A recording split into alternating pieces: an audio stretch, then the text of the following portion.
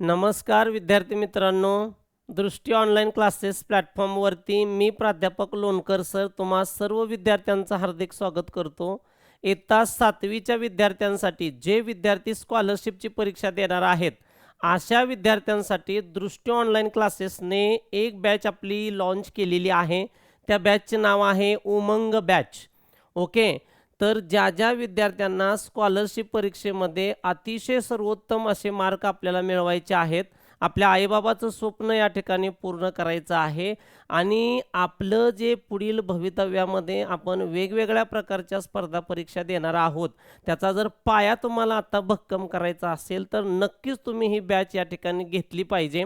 तर या बॅचमध्ये आपण अत्यंत महत्त्वाचे जे विषय असणार आहेत ते विषय आहेत मराठी, त्याच्यानंतर असणार आहे इंग्रजी, त्याच्यानंतर असणार आहे गणित आणि त्याच्यानंतर असणार आहे बुद्धिमत्ता. या सर्व विषयाचं एकत्रित या ठिकाणी मार्गदर्शन आम्ही या उमंग बॅचमध्ये करणार आहोत. लक्षात घ्या की प्रत्येक घटना ही अत्यंत सोप्या भाषेमध्ये आपल्याला शिकली पाहिजे. संकल्पना जास्तीत जास्त कॉन्सेप्ट समजून देण्यावरती आपला भर असणार आहे की जेणेकरून तुमचं फाउंडेशन जे आहे ते उत्तम या ठिकाणी किंवा स्ट्रॉंग तयार व्हायला पाहिजे. ओके. तर याच्यामध्ये गणित आणि बुद्धिमत्ता हे जे दोन विषय आहेत, याच्यामध्ये सोप्या सोप्या पद्धतीनं आपण या ठिकाणी शिकवणार आहोत. जिथं गरज असेल तिथं जास्तीत जास्त ट्रिक्सच्या साह्यानं आपण या ठिकाणी तेथील एक्झाम्पल या ठिकाणी सॉल्व करणार आहोत. ओके. वर्षभरामध्ये या ठिकाणी तुमच्या परीक्षेपर्यंत ही बॅच चालणार आहे. याच्यामध्ये लक्षात घ्या PYQs म्हणतो आपण. PYQs म्हणजे पास्ट इयर क्वेश्चन, अगोदरच्या स्कॉलरशिपच्या परीक्षेमध्ये आलेल्या प्रश्नांची सुद्धा आपण या ठिकाणी तयारी करून घेणार आहे. बघा, 7वीला आता नवीनच या ठिकाणी ही परीक्षा सुरू केलेली आहे शासनानं. गेल्या वर्षी एक परीक्षा झालेली आहे आणि आता यावर्षी एक परीक्षा होणार आहे. म्हणजे 2026ची पहिली परीक्षा इयत्ता 7वीच्या विद्यार्थ्यांसाठी झालेली आहे आणि आता 2027ची स्कॉलरशिपची परीक्षा तुम्ही देण्यासाठी या ठिकाणी तयार आहात. परंतु लक्षात घ्या, तुम्हाला स्कॉलरशिप परीक्षेमध्ये जर जास्तीत जास्त मार्क मिळवायचे असतील तर अत्यंत महत्त्वाचा असतो तुमचा मार्गदर्शक, तुम्हाला सोप्या पद्धतीने शिकवणारे शिक्षक आणि विदिन द 1 मिनिट, एका मिनिटामध्ये तुम्हाला उदाहरणं सोडवण्याच्या ट्रिक्स या ठिकाणी द्यायला पाहिजे. तर हे सगळं तुम्हाला मिळणार आहे आपल्या उमंग बॅचमध्ये. चला तर मग या ठिकाणी आज मी तुम्हाला आपल्या या स्कॉलरशिपच्या बॅचमध्ये एक डेमो तुम्हाला लेक्चर देणार आहे. हे डेमो लेक्चर तुम्ही अत्यंत काळजीपूर्वक व्यवस्थित पद्धतीनं पाहायचं आहे आणि त्याच्यानंतर तुम्ही प्ले स्टोअरवरती जायचं आहे. प्ले स्टोअरवरून आपला ॲप डाउनलोड करायचा आहे. त्या ॲप डाउनलोड केल्यानंतर तुम्हाला वेगवेगळे कोर्सेस दिसतील. त्या कोर्सेसमध्ये जाऊन आपली बॅच तुम्ही या ठिकाणी सिलेक्ट करायची. आपली उमंग बॅच आहे, त्याच्यामध्ये कंटेंट नावाचा फोल्डर असतो. त्याच्यामध्ये जाऊन तुम्ही हे सगळे लाईव्ह आणि रेकॉर्डेड स्वरूपातील लेक्चर तुमच्या रोजच्या टाइम टेबलनुसार या ठिकाणी तुम्हाला मिळणार आहेत. आणि नेहमी आपल्याला एक नोटिफिकेशन येतं आपल्या मोबाईलच्या ॲपच्या उजव्या कॉर्नरमध्ये नोटिफिकेशनचं एक सिम्बॉल आहे, घंटीसारखा त्या ठिकाणी तो सिम्बॉल आहे. त्याच्यावरती येणारं नोटिफिकेशन नेहमी या ठिकाणी बघत राहा, म्हणजे तुम्हाला अपडेट्स या ठिकाणी मिळत जातील. ओके. तर आज आपण आता काय करूयात, एक महत्त्वाचा असा कॉन्सेप्ट आहे. तो कॉन्सेप्ट मी तुम्हाला या ठिकाणी शिकवतो. एकचल समीकरणे नावाचा एक घटक आहे. त्या घटकावर आधारित काय MCQs, मल्टिपल चॉईस क्वेश्चन्स या ठिकाणी आपण सोडवणार आहोत. ओके. चला तर मग या ठिकाणी आपण आता सुरू करूयात आपला पहिला या ठिकाणी MCQs. Okay. Wait for the 1 minute only. एकच मिनटं फक्त वेट करा, एकच मिनिट.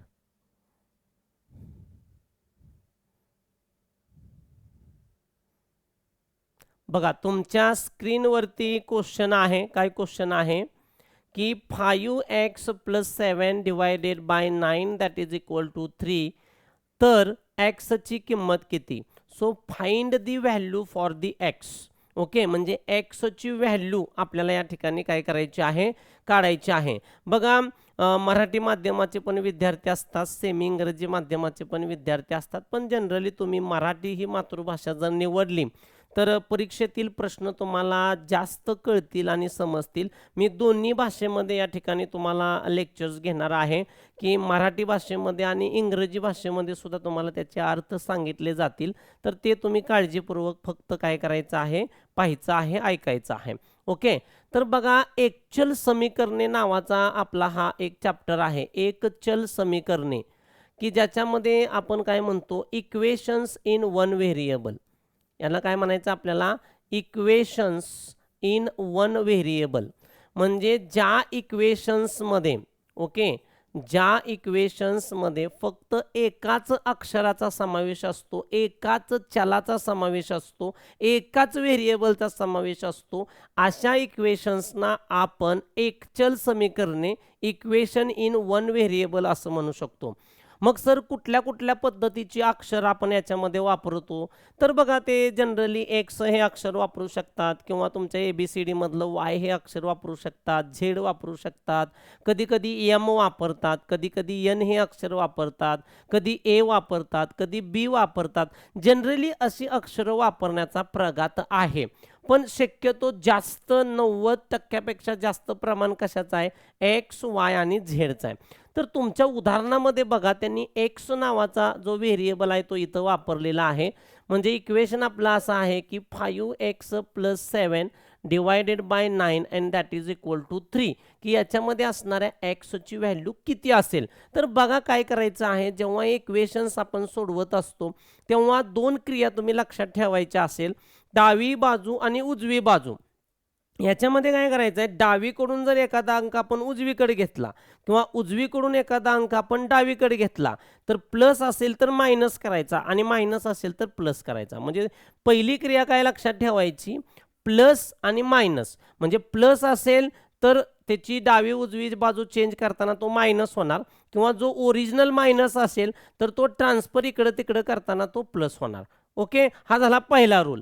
दुसरा रूल काय आहे, जर गुणाकार क्रिया असेल आणि त्याला जर आपल्याला काय करायचं असेल, दुसऱ्या बाजूला न्यायचं असेल, एका साईडकडून दुसऱ्या साईडकडे, तर त्याचं चिन्ह भागाकार होणार आहे.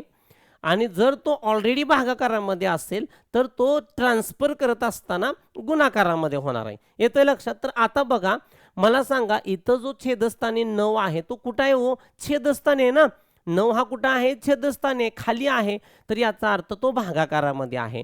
म्हणजे बरोबर चिन्हाच्या जर आपण उजवीकडे घेतला, म्हणजे उजव्या बाजूला घेतला, राईट साईडला घेतला, तर काय होतंय हो, तर भागाकाराचा काय होणार आहे, गुणाकार होणार आहे.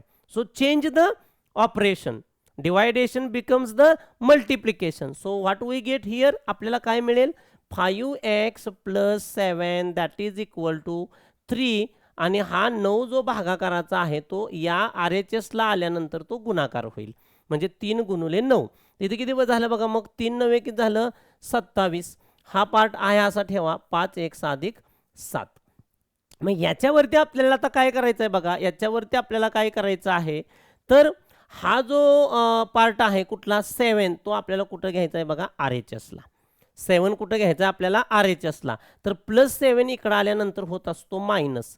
27 - 7 इकडं उरला 5x, that is equal to 5x तसाच ठेवा.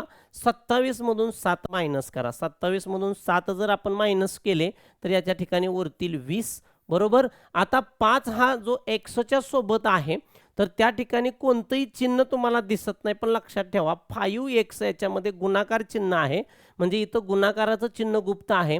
तर हा जर 5 आपण काय केला, डाव्या साईडकडून उजवीकडे आणला, तर तो होतो गुणाकाराचा भागाकार. ओके, म्हणजे x इज इक्वल टू मला काय मिळेल, 20ला डिवायडेड बाय, म्हणजे ही भागाकाराची रेष ओढा, आडवी रेघ म्हणजे भागाकाराची रेष आहे, बरोबर ना. ओके, समजतंय. तर 5ने आपण याला काय करू, डिवाइड करू. म्हणजे बघा, आता 5 एके 5 आणि 5 चोक किती झाले, 20. म्हणजे x इक्वल टू मला उत्तर मिळालं 4. आणि खालचा एक छेदस्थानी नाही लिहिला तरी चालतो, कारण की 1 डिवाइड केल्यानंतर तेवढंच उत्तर येतं, त्याच्यामध्ये काही फरक नाही पडणार. म्हणजे आपली एक्सची व्हॅल्यू किती आलेली आहे बघा, एक्सची व्हॅल्यू आपली 4 आलेली आहे. म्हणजे आपला पर्याय जो आहे तो पर्याय आपला 2 नंबरचा पर्याय बरोबर आहे. ओके, तर उत्तर हे 4 आहे. आपला ऑप्शन क्रमांक किती आहे बघा, 2 आहे. येतंय लक्षात. तर हे अशा पद्धतीनं तुम्ही काय करायचं आहे, सॉल्व करायचं आहे. त्याच्यानंतर आता बघा स्क्रीनवरती 2022 साली आपल्याला विचारण्यात आलेला क्वेश्चन आहे. म्हणजे असे प्रश्न परीक्षेला येतात येतात की नाही. 2022ला जर असा प्रश्न आला आहे तर अशा प्रकारचे प्रश्न आपल्याला परीक्षेतले सुद्धा सॉल्व करून घ्यायचे आहेत. काय आहे हो, बघा बरं, वडिलांचे वय हे मुलीच्या वयाच्या 3 पट आहे. तिप्पट म्हणजे 3 पट आहे. आता याच्यामध्ये एक काळजी काय घ्यायची, की जेव्हा शाब्दिक उदाहरणं दिलेलं असतं तेव्हा ज्या व्यक्तीची तुलना इतर दुसऱ्या व्यक्तीबरोबर केलेली असते. नीट ऐकत आहे का? बघा नीट ऐका. इथं कोण कोण आहे बघा. इथं वडील आहेत. बरोबर, इथं वडील आहेत आणि त्याच्यानंतर त्यांची कोण आहे, मुलगी आहे. आता कुणाची तुलना केली, वडिलांची तुलना मुलीसोबत केलेली आहे. म्हणजे वडील हे मुलीपेक्षा, वडील यांचं वय हे मुलीपेक्षा कसं आहे, 3 पट आहे, तिप्पट आहे. म्हणजे ज्या व्यक्तीसोबत तुलना केली त्या व्यक्तीला एक्स माना तुम्ही. एक्स मानायचं, मुलीचं वय माहीत नाही असं आपण मानायचं. आयडिया काय वापरायची? काय ऐकलं तुम्ही? की ज्या व्यक्तीची तुलना दुसऱ्या एका व्यक्तीसोबत जर केलेली असेल, तर ज्या व्यक्तीसोबत तुलना केली त्या व्यक्तीला एक्स माना. ओके, मी मुलीला एक्स मानलं. मग मला सांगा, वडिलांचं वय मुलीच्या किती आहे हो? 3 पट आहे. म्हणजे मुलीचं वय त्याला तुम्हाला 3 न गुणायचं आहे. 3 पट म्हणजे 3 न गुणायचं. म्हणजे काय करायचं बघा, समजा मुलगी वय बरोबर जर आपण एक्स पकडलं तर वडिलांचं वय किती झालं बघा बरं. वडिलांचं वय बरोबर मुलीचं वय घ्यायचं एक्स आणि मुलीच्या वयाला कितीनं गुणायचं, 3 पट म्हणजे 3 गुणून टाकायचं. म्हणजे वडिलांचं वय झालं 3x वर्ष आणि मुलीचं वय झालं x वर्ष. पुढं काय दिलंय वाचा, त्यांच्या वयांची बेरीज 68 वर्ष आहे. म्हणजे या दोघांच्या वयाची बेरीज करा. म्हणजे मुलीचे वय प्लस वडिलांचे वय या दोघांच्या वयाची काय केली आपण, बेरीज केली आणि दॅट इज इक्वल टू किती आहे हो, किती आहे बेरीज, 68 आहे. सगळं काय आपण जसं वर्गामध्ये लिहितो असं स्कॉलरशिपमध्ये लिहित बसायचं नसतं. त्या प्रश्नपत्रिकेच्या बॉटमला खालच्या साईडला थोडा स्पेस असतो कोरा. त्या कोऱ्या स्पेसवरती आपल्याला हे उदाहरणं सोडवायचे असतात. स्वतःचं पेज न्यायला आपल्याला परवानगी नाही आहे तिथं. तुम्हाला रफ पेजेस पुरवले जात नाहीत. तर अगदी थोडक्या जागेमध्ये तर हे प्रश्न आपल्याला सोडवायचे असतात आणि मग ते हिंटच्या साहाय्यानं शॉर्टकट मेथडने आपण या ठिकाणी जायचं असतं, हे लक्षात घ्या. ओके, चला तर आपण काय करू आता, मुलीचं वय घेतलं एक्स, वडील झाले 3x. सर वडिलांचं वय 3x का झाले हो, 3 पट आहे ना. 3 पट, पट म्हणजे गुणाकार म्हणून 3 न गुणलेला आहे. आणि किती आली दोघांची बेरीज, दॅट इज इक्वल टू किती आली, 68. मग लक्षात घ्या, बेरजेमध्ये काय होतं, इथला 3 आणि इथं काय नाही म्हणजे 1 आहे. तर 3x आणि 1x यांची बेरीज होत असते 4x. किती बेरीज होते, 4x. काय काय विद्यार्थी x या डोक्यावर असं 2 लिहितात. नाही नाही नाही, बेरजेमध्ये घातांक वाढत नाही. बेरजेमध्ये शेजारचा अंक वाढत असतो. म्हणजे इथं शेजारी 3 आहे आणि इथं शेजारी काय नाही म्हणजे 1 आहे. मग शेजारचा अंक किती झाला, इकडले 3 आणि इकडला 1. 3 आणि 1 झाले 4. संपलं बस. ओके, तर चला दॅट इज इक्वल टू किती आला बघा, 68. आणि परत याला काय करायचं, आता डिवाइड करायचं. कसं डिवाइड करचाल बघा बरं तुम्ही, कसं डिवाइड करचाल, तर 4 कुठं आहे हो, गुणाकारात आहेत की नाही. डाव्या बाजूला 4 कुठं आहे हो, गुणाकारात आहे. उजव्या बाजूला त्याला घेतल्यानंतर तो कुठं जाणार आहे, भागाकारामध्ये. म्हणजे मला x इक्वल टू काय मिळेल बघा, 68ला डिवायडेड बाय किती असेल, 4. आणि लक्षात घ्या, पाडे पाठ करा. पाडे सगळे पाठ करायचे. 1 ते 30 पर्यंतचे पाडे पाठ असले पाहिजेत. त्याच्यानंतर तुम्हाला वर्ग पाठ असले पाहिजे 1 ते 30 पर्यंतचे. घन पाठ असले पाहिजे. 1 ते 20 पर्यंतचे केले तरी बाद झाले तुम्हाला. 1 ते 20 पर्यंतचे घन पाहिजे. हे सगळं आपण एकदा स्कॉलरशिपला बसलो म्हणलं की हे सगळं आपल्याकडे असलं पाहिजे. येतं लक्षात, त्याच्यामुळे पाडे आले पाहिजे. आता बघा, भाग घालवताना मी काय करणार आहे, तर डायरेक्ट भाग घालवतो मी. तर 4 1 4. बघा इकडं आता 6 या ठिकाणी, म्हणून 4 1 4, 1चा भाग बसला. बरोबर, 6 होतं. 4 1 4 म्हणजे किती उरलं, 6 मधून 4 गेले 2 उरलं. ओके, 6 मधून 4 गेले ना, 4 1 4 आणि वरचा 8 बसवला. म्हणजे इथं किती झालं बघा, आता 4 ने परत 28ला भागायचं. म्हणजे 4 7 किती झाले, 28 म्हणजे x ची किंमत मला किती मिळाली 17. नसेल तर तुम्ही मग हे कॅल्क्युलेशन करू शकता. तर हे फारच लहान मुलांसारखं झालं. इथं बघा 4 एके 4 म्हणजे 1चा भाग बसला, इथं उरले 2, परत हा 8 घेतला खाली, परत इथं 4 7 28, हे 28 होईल आणि बाकी 0 उरेल. असं करा, हे डायरेक्ट आलं पाहिजे. ओके, म्हणजे x बरोबर किती आलं बघा बरं 17. म्हणजे मुलीचं वय किती आहे, मुलगी किती वयाची आली बघा बरं, मुलगी 1 वर्ष आहे, म्हणजे मुलीचं वय किती झालं बघा बरं 17 वर्षाची मुलगी आहे. ओके, मुलगी 17 वर्षाची आहे. प्रश्नामध्ये काय विचारलंय, मुलीचं वय विचारलंय का वडिलांचं वय विचारलेलं आहे, तुम्ही बघून घ्या. याच्यामध्ये क्वेश्चन्स थोडा रीड करा. काय म्हणते बघा, मुलीचे वय किती. सो मुलीचं वय आपलं x असेल आणि x ची किंमत जर आपल्याला 17 आलेली असेल तर सरळ सरळ सरळ सरळ पर्याय क्रमांक 2 आपला करेक्ट आहे. पर्याय क्रमांक 2 आपला करेक्ट आहे. कळतंय, समजतंय? ओके, कळतंय. चला पुढं नेक्स्ट.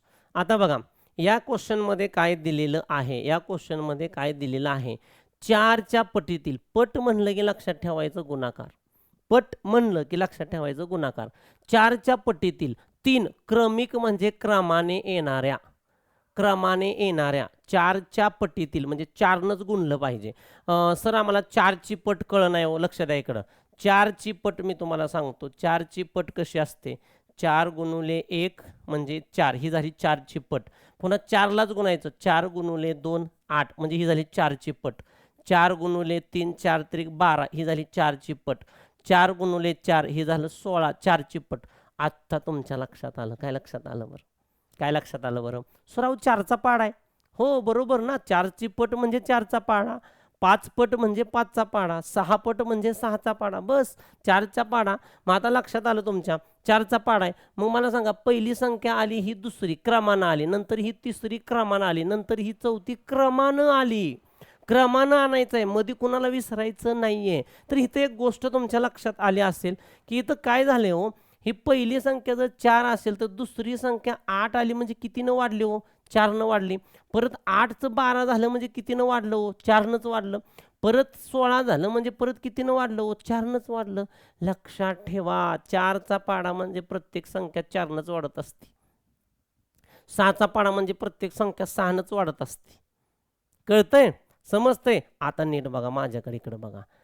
3 क्रमानं येणाऱ्या 4च्या पटीतल्या संख्या कोणत्या. मग तुम्ही म्हणसाल सर पहिली 4 8 आणि 12 नाही, ही तुमचं ओझरतं झालं. त्यांनी असं सांगितलंय का, क्रमाने येणारी पहिली दुसरी आणि तिसरीच कशावरून असेल, 7वी 8वी 9वी बी असू शकते, 12वी 13वी 14वी बी असू शकते. 4च्या पटीत किती पण येऊ शकतं ना. आता 4चा पाढा 10ला संपला, 4 गुणिले 10 40, इथं नाही संपत. 4 गुणिले 11 4ची पटच आहे, 4 गुणिले 12 4ची पटच आहे, 4 गुणिले 13 4ची पटच आहे.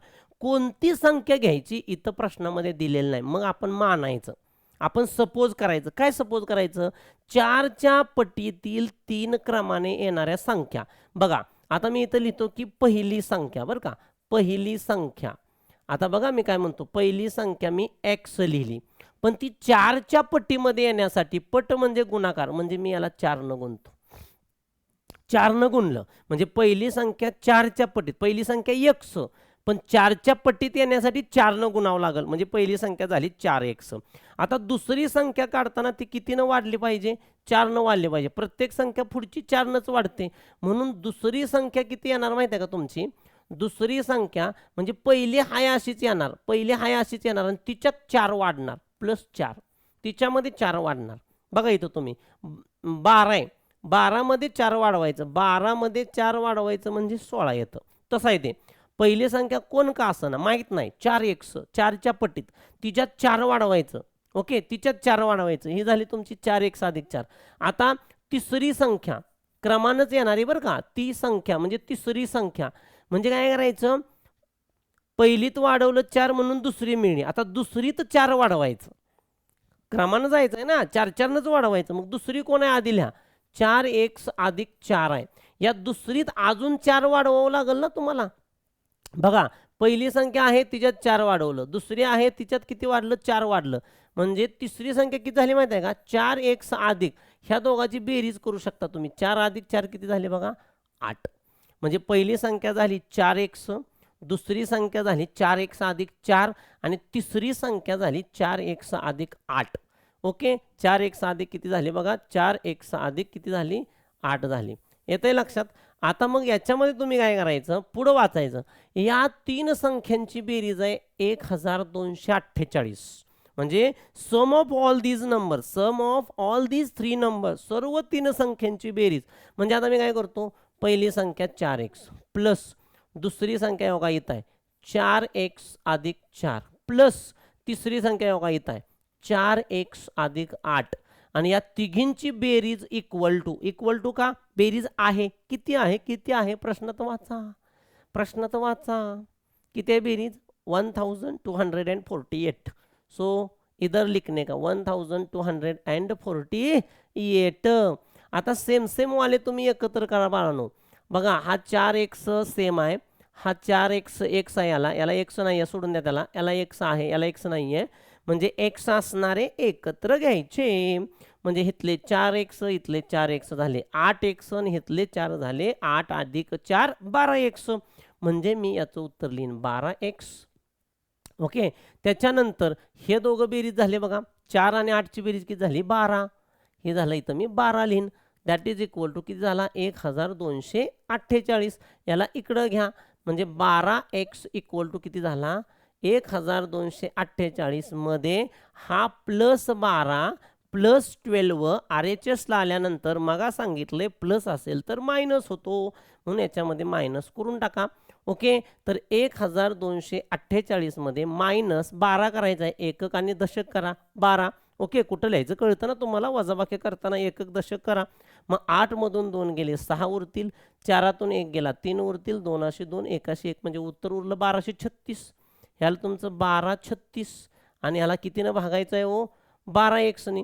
आता अनेक विद्यार्थ्यांना भागाकार करत असताना तो जमत नाही तर मी काय करतो तुम्हाला इथं दाखवतो. बघा 12 गुणाकारात आहे 12 गुणाकारात आहे इकडं आल्यानंतर काय होतं 1236ला भागिले 12 होतं. आता 12चा पाडा डायरेक्ट आलाच पाहिजे. मग इथं लिहितो मी 1236 आणि इथं लिहितो मी 12. आता बघा 12च्या पाड्याने जेव्हा मी भाग घालवतोय तेव्हा मला इथं 12 दिसतंय म्हणजे 12ला 12 12 1 12 भाग बसला 1चा 12तनं 12 गेले 0. आता खाली जेव्हा अंक उतरायचा आहे तेव्हा 36 येत नसतो 36 खाली येत नसतो एक संख्या खाली उतरायची असते एक संख्या खाली उतरायची असते 3 आला. आता 12च्या पाड्यामध्ये 3 असणार आहे काय अजिबात नाही 12 मोठा आहे मग आधी शून्याचा भाग बसवायचा म्हणजे इथं 0 आलं म्हणजे हे 3 आला आहे असा आणि याच्यामध्ये मग 6 घ्यायचं खाली उरलेलं 36 मग पुन्हा 12ने भाग घालायचा 12 त्रिक 36 म्हणजे इथं आलं 36 आणि हे बाकी आले 0 म्हणजे हे आलं पाहिजे. मग इथं मी काय केलं असतं 12 1 12 इथं म्हणलं असतं 12 1 12 आणि काही विद्यार्थ्यांनी काय केलं असतं माहिती आहे का 12 1 12 केलं असतं आणि लगे म्हणलं असतं 12 त्रिक 36 13 उत्तर आलं सर माझं 13 उत्तर आलं. असं नाहीये आलं का लक्षात. तर इथं तुम्हाला काय करायचं आहे इथं काय करायचं असतं 12 1 12चा 1 आला आणि 3 हा बारका आहे 1 1 1 1 1 1 संख्या घ्यायची असते नंतर. तर आधी भाग बसला शून्याचा आणि 36 आल्यानंतर 12 त्रिक 36 असं डायरेक्ट येते का बघा. नाही आलं तर ही पद्धत करा. काही वेळा जर एखाद्या विद्यार्थ्याला डायरेक्ट भागाकार येत नसेल अजून जमत नसेल तर पाडे तेवढे जास्तीत जास्त फास्टमध्ये आपल्याला आले पाहिजे मग कॅल्क्युलेशन्स उरकतात. ओके कारण वेळेत पण पेपर सोडवून झाला पाहिजे. वेळेचं नियोजन सुद्धा नंतर आपण लेक्चरमध्ये सांगणार आहे. पेपर कसा सोडवावा वेळेचं नियोजन कसं करावं 1 मिनिटाच्या आतमध्ये प्रश्न सोडवण्यासाठी काय ट्रिक्स असू शकतात सगळं तुम्हाला वर्षभराच्या बॅचमध्ये मिळणार आहे. ओके तर आपलं उत्तर आले बाळांनो x बरोबर 103. कोणाचं उत्तर आलंय आता हे xच आलंय. मग ते काय म्हणते पुढं तर त्यापैकी सर्वात लहान संख्या कोणती आता मला सांगा ह्या तिघीमध्ये सगळ्यात लहान कोण आहे हो. पहिली लहान आहे दुसरी लहान आहे का तिसरी लहान आहे. आता मला सांगा पहिली नंतर ही तर 4 वाढलेलीच आहे म्हणजे मोठीच आहे हिच्यानंतर ही तर वाढलेलीच आहे इकडं म्हणजे याचा अर्थ त्याच्यानंतर आलेली पण मोठीच आहे म्हणजे सर्वात लहान कोणती संख्या असणार आहे हो. सर्वात लहान संख्या कोणती असणार आहे पहिलीच असणार आहे. सगळ्यात लहान संख्या पहिलीच असणार आहे. मग पहिली संख्या किती आहे सांगा मला तुमची पहिली संख्या किती आहे बघा पहिली संख्या किती आहे 4x. मग 4 गुणुले x ची किंमत किती आली बघा 103 इथं टाका आणि गुणाकार करा मग 103 नी 4 ला गुणा 4 त्रिक 12 हातचा आला 1 4 0 0 आणि 1 ला 1च येतो 4 1 4 म्हणजे 412 आहे का पर्याय बघून घ्या 412 बघा इथं पर्याय आपला पर्याय क्रमांक 1 बरोबर. येस, लाईक, एक लाईक मिळतो ना मला, मिळेल का एक लाईक मला? हां, आला की नाही? पहिला किती आला? 412. ओके, फर्स्ट इज 412, पहिला ऑप्शन आपला करेक्ट असेल. येस येस, चलो नेक्स्ट. आता हा थोडासा प्रश्न सर जरा लयच मोठा वाटतो हो. प्रश्न कसा सोडवायचा? एकदम सोपा आहे, एकदम सोपा आहे. फक्त क्रिया कळाली पाहिजे. प्लसचा इकडे गेला की मायनस, मायनसचा इकडे गेला की प्लस, आणि या पद्धतीनं आपण क्रिया लक्षात ठेवायची. भागाकाराचा गुणाकार, गुणाकाराचा भागाकार. इकडे जोडी लावायची प्लस आणि मायनसची, इकडे जोडी लावायची गुणाकार आणि भागाकाराची. क्रिया बदल, इकडून तिकडं जा, नाही तर तिकडून इकडे. फक्त तू काय कर? क्रिया बदल. ओके, चलो. आता बघा बरं, थोडंसं एक्झाम्पल मी इथं खाली लिहितो म्हणजे तुमच्या लक्षात येईल. 7x minus 3 plus 4x divided by 3x minus 7 minus 4x, आणि या कंसाच्या बाहेर तुम्हाला इथं x पण दिला आहे अजून नंतर, आणि इथं दिलं आहे 9/14. तर थोडंसं आपल्याला सिस्टमॅटिकली करावं लागेल. बघा मी काय करतो, लक्ष द्या. आपल्याला एक्सची किंमत काढायची आहे. हे 7x तसंच ठेवा. ह्या मायनसने आतमध्ये मल्टिप्लाय करायचं, -3 होईल. आणि चिन्हाच्या नियमानुसार मायनस प्लस काय असतो? गुणाकारामध्ये मायनस प्लस मायनस असतो. ते नंतर मी सांगेन, नंतर नियम शिकवतो नंतर. मायनस प्लस मायनस किती आला? 4x. याला डिवायडेड बाय हा होईल 3x मायनस 7, आणि this minus and minus become plus, हा झाला 4x. That is equal to याच्या शेजारी बरं का, याच्या शेजारी आपल्याला याच्या शेजारी x आहे बरं का, याच्या शेजारी x आहे, त्याला विसरू नका, त्याला विसरू नका, चुकवता येते आपल्याला. ओके, त्याच्यानंतर आता तुम्ही बघा, हा 7x आहे आणि हा 4x आहे. सेम सेम, 7मधनं 3 इथं जाणार नाही, लक्षात घ्या. 7मधनं 3 जाणार नाही, कारण 3ला x नाही आहे. ज्याला x आहे त्यांचीच वजाबाकी होत असते. ओके, मग 7x मधून 4x गेले. माझ्याकडे हे 7x आहेत. ओके, 5 आणि हे 2 7 आहे, हे 4 गेले, म्हणजे खाली किती उरले? 3च उरले. ओके, म्हणजे हे किती उरलं बघा?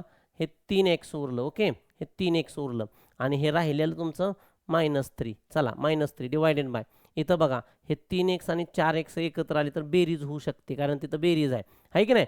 3x प्लस 4x किती झाले हो? 7x झाले, आणि राहिला कोण? तुमचा -7, आणि दॅट इज इक्वल टू इथं शेजारी किती उरला? तुमचा x उरला, आणि दॅट इज इक्वल टू किती आहे? 9/14. आता आणखी आपल्याला काय करता येऊ शकतं बघा, सोपं जर करायचं असेल तर, सोपं जर तुम्हाला करायचं असेल तर आपल्याला आणखी काय करता येऊ शकतं? तर याच्यामधून तुम्हाला 3 बाहेर काढता येईल, आणि याच्यामध्ये काय उरला बघा? x उरला, मायनस मायनस, आणि ही 3 बाहेर आला, x उरला, हा 3 बाहेर आला, म्हणजे 3 1 3, 1 उरला, 1 उरला. नीट लक्षात घ्या, हीच स्टेप अत्यंत महत्त्वाची आहे या प्रश्नामध्ये. ज्याला ही स्टेप नाही येत त्याला उत्तर येणार नाही, त्याला उत्तर येणार नाही. म्हणजे याच्यामध्ये 3 आहे आणि याच्यामध्ये 3 आहे, म्हणून त्याला बाहेर घ्यायचं. याला म्हणायचं कॉमन, कॉमन काढणे, सामायिक. मग 3 जेव्हा बाहेर येतो तेव्हा इथं x राहतो, x राहिला. सर मग इथला 3 बाहेर आल्यावर किती उरतो? 0 नाही उरत, 0 नाही उरत, 1 उरतो. कारण परत 3 आपल्याला काय करायचं असतं? 3 जर परत 1ला गुणलं तर 3 1 3 यायला पाहिजे. चला, याच्यातून 7 कॉमन काढा, याच्यातून 7 कॉमन काढा. सो काय मिळेल मला? 7 बाहेर आला मला x मिळेल, -7 बाहेर आला मला 1 मिळेल, आणि याच्या शेजारी बेटा, याच्या शेजारी x आहे, याच्या शेजारी x आहे, 9/14. सो ओके, तर याच्यामध्ये सेम सेम जर असेल ना, अंशामध्ये आणि छेदामध्ये जर सेम सेम असेल तर तो कॅन्सल होत असतो. त्याच्यामुळे इथं बघा, x - 1ला x - 1 कॅन्सल झाला. सो इथं उरलं फक्त 3/7. याच्या शेजारचा हा x उरला, दॅट इज इक्वल टू 9/14. आता तुम्हाला एक सिंपल क्रिया सांगतो, सिंपल. बघा, मला काय करायचं, इथं x ठेवायचं आहे फक्त. आता इथला 3 कुठं आहे हो? इथला 3 अंशाला आहे, इथला 3 कुठं आहे? अंशाला. उजवीकडे गेला की छेदाला, छेदाचा भाग अंशाला. उलटं करायचं, अंशाचं लिहायचं छेदाला आणि छेदाचं लिहायचं अंशाला. सिंपल सिंपल एकदम. तर काय होईल हो? हे 9/14 तसाच ठेवा, इनटू हा 7 कुठं आहे? छेदस्थानी आहे, छेदस्थानी, याला अंशस्थानी लिहा, डिवायडेड बाय हा कुठं आहे? अंशस्थानी, याला छेदस्थानी घ्या. म्हणजे न्यूमरेटरला डिनॉमिनेटरमध्ये लिहायचं आणि डिनॉमिनेटरला न्यूमरेटरमध्ये लिहायचं. म्हणजे वरचा खाली लिहायचा आणि खालचा वर लिहायचा. येतंय लक्षात? चला बरं, आता भाग घालवा. भाग घालवण्यासाठी मी काय करतो, इथं करतो 3 1 3, 3 त्रिक 9, 7 1 7, 7 2 14. तर x बरोबर काय उरला बघा, इथं उरला 3, इथं उरला 2, इथं उरला 1 आणि इथं उरला 1. तर x काय झाला 3 1 ला गुणा 3 1 3 होईल. 2 1 ला गुणा 2 1 2. तर तुमचा x हा पर्याय 3/2 3/2 तुमचा कुठं आहे का बघा. इथं 2/3 आहे बेटा. इथं 2/3 आहे. चालेल का? चालणार नाही. हा चालणार नाहीये कारण आपला 3/2 आहे. So option number 2 is correct. Option number 2 is correct. कसा क्वेश्चन आहे बघा. आता अशा क्वेश्चनसाठी हे 1 मिनिटामध्ये सॉल्व्ह होतं का? तर 100% तुमचं 1 मिनिटामध्ये सॉल्व्ह होणार नाही. तर सो प्रॅक्टिस गरजेची असते. तुम्हाला अजून कमी वेळ लागायचा असेल तर पट पट पट पट सुचलं पाहिजे काय करायचं, म्हणजे स्पीड आला पाहिजे. त्याच्यासाठी काय करावं लागेल, रोज प्रॅक्टिस करावं लागेल, रोज गणित सोडवावं लागतील, आहे की नाही. आणि रोज लेक्चर मात्र वेळेवर करावं लागेल की नाही. ओके चलो बघा बरं. आता आलं तुमच्या लक्षात, आले काय चाललंय. Yes yes yes. नेक्स्ट इथं बघा, हा एक क्वेश्चन असा आहे की पुन्हा क्रमागत म्हणजे क्रमाने येणार आहे. किती संख्या घ्यायच्या आहेत त्या 3. सम घ्यायच्यात, मात्र सम घ्यायच्यात. मला सांगा बरं, समसंख्यांच्या बाबतीमध्ये तुम्ही काय शिकला हो. समसंख्यांच्या बाबतीमध्ये काय शिकला. पहिली संख्या 2 आहे, नंतर येणारी 4 आहे, नंतर येणारी 6 आहे, नंतर येणारी 8 आहे, नंतर येणारी 10 आहे. म्हणजे याचा अर्थ समसंख्या कितीनं वाढत आहे तो. 2 नंतर 4 आली म्हणजे 2 न वाढते, 4 नंतर 6 आली म्हणजे 2 न वाढते, 6 नंतर 8 आली म्हणजे 2 न वाढते, 8 नंतर 10 आली म्हणजे 2 ने वाढते.